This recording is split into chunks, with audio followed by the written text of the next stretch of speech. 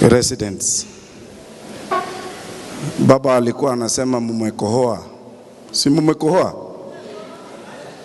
Ninataka kuhakikishia ile inaitwa worst fear. Tutahakikisha kuwa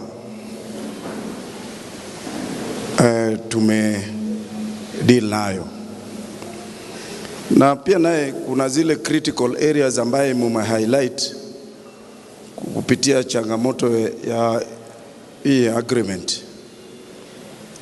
Ndugu yetu hapa alisema at what stage we are supposed to conduct public participation. Lakini pia naye mjue huwezi pata miti kabla hujachinja ng'ombe. Lazima uchinje ng'ombe kwanza, alafu meat nyama. Ninamaanisha out of this we get the substance. Na tunapata sababu sasa ya kuweza kujadiliana. What need also to be clear ni kwamba for some reason kuna mahitaji ya sheria. Kuna kile ambaye tunasema Urban Areas and Cities Act ambaye imeclassify the capital city to be the seat of government. You need to underline that. Hiyo wanasema ni kisungu kubwa. The capital city of the Republic of Kenya is Nairobi. Iko under section 6(5) under Urban Areas and Cities Act. So your classification may elevate Nairobi above other 46 counties as a special ranking county which need special consideration. What I'm saying is this: for the longest time, from 2013, we have underutilized the need in the Constitution under Article 189(2) of the Constitution as a requirement. Actually, the governor is not even supposed to plead with the national government. It is a mandatory,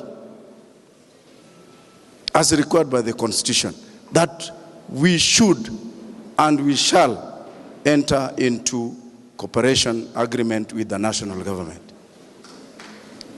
So Nairobi is not only a county government, but it is the capital city and the seat of power. Ukisoma section 6(5) ama 6 yote utaona. So yale tunafanya hapa ingefaa ifanywe 2013, immediately and or after the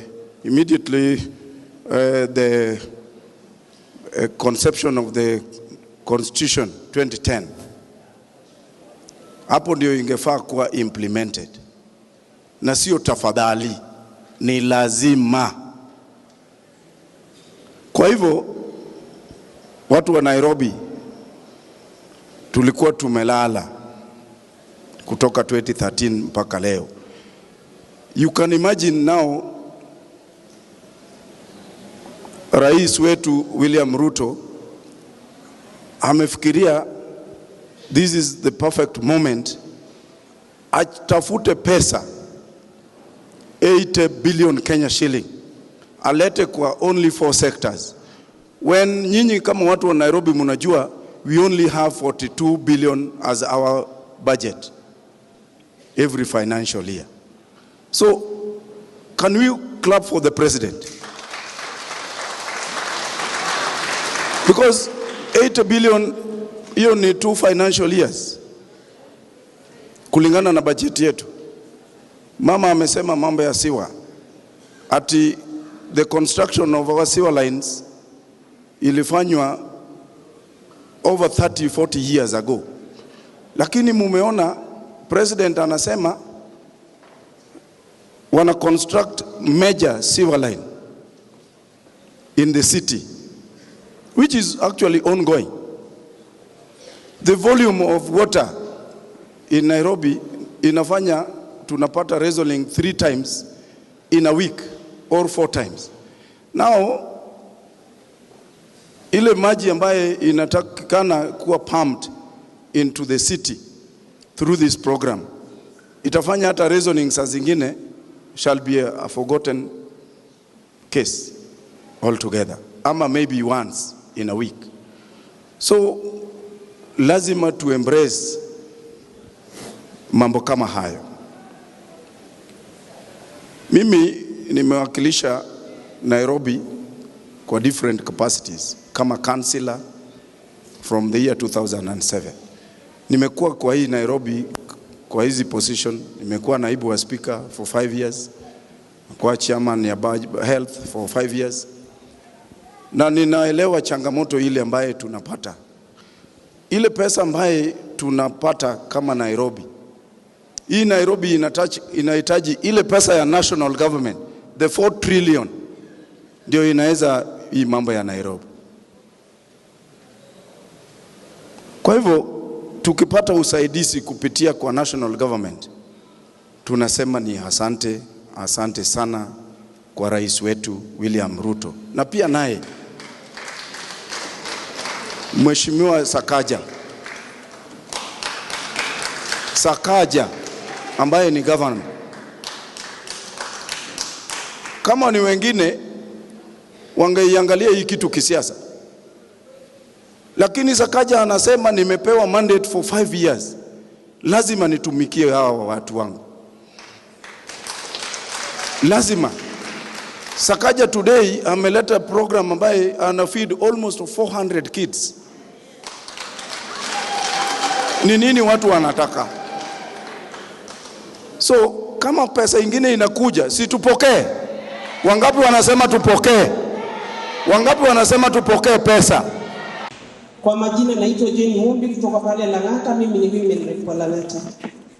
Kitu ya kwanza ni kuweza kusema ya kwamba mimi naunga mkono hii document, kwa sababu naonelea ya kwamba national government na county government wakifanya kazi pamoja, pia kazi zetu zitakuwa rahisi pale mashinani. Lakini pamoja na hayo, tunaomba wakati ambapo pesa zitaweza kuja hapa Nairobi, ziweze kufika pale chini, kama ni kutengeneza mataa, kutengeneza maji, kwa sababu pale kwetu maji saa zingine inakuwa shida kidogo. Kwa hivyo ikija na iweze kufika pale kwetu mashinani, tutashukuru sana kusikia kwamba pia sisi tumeweza kuwa part of it. Kwa hivyo isikuje na ikwame somewhere. Tunaomba iweze kuteremka ili wananchi waweze kusikia kweli imekuja na imeweza kutusaidia. Kwa hivyo ikiwa hapo, tunashukuru Mungu.